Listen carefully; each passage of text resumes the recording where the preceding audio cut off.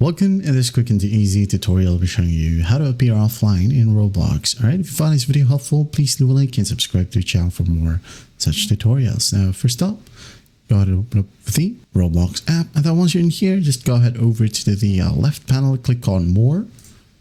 Alright, and you'll go ahead and find Settings right here. So just click on it.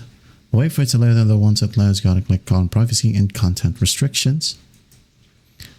Wait for it. And then once done, under Privacy and Content Restrictions, here we have Visibility and Private Servers. So click on it. Now we're going to click Visibility right here.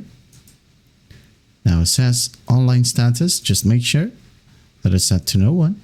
Okay, if you want to appear offline. So it says here Online Status and Related Settings Updated.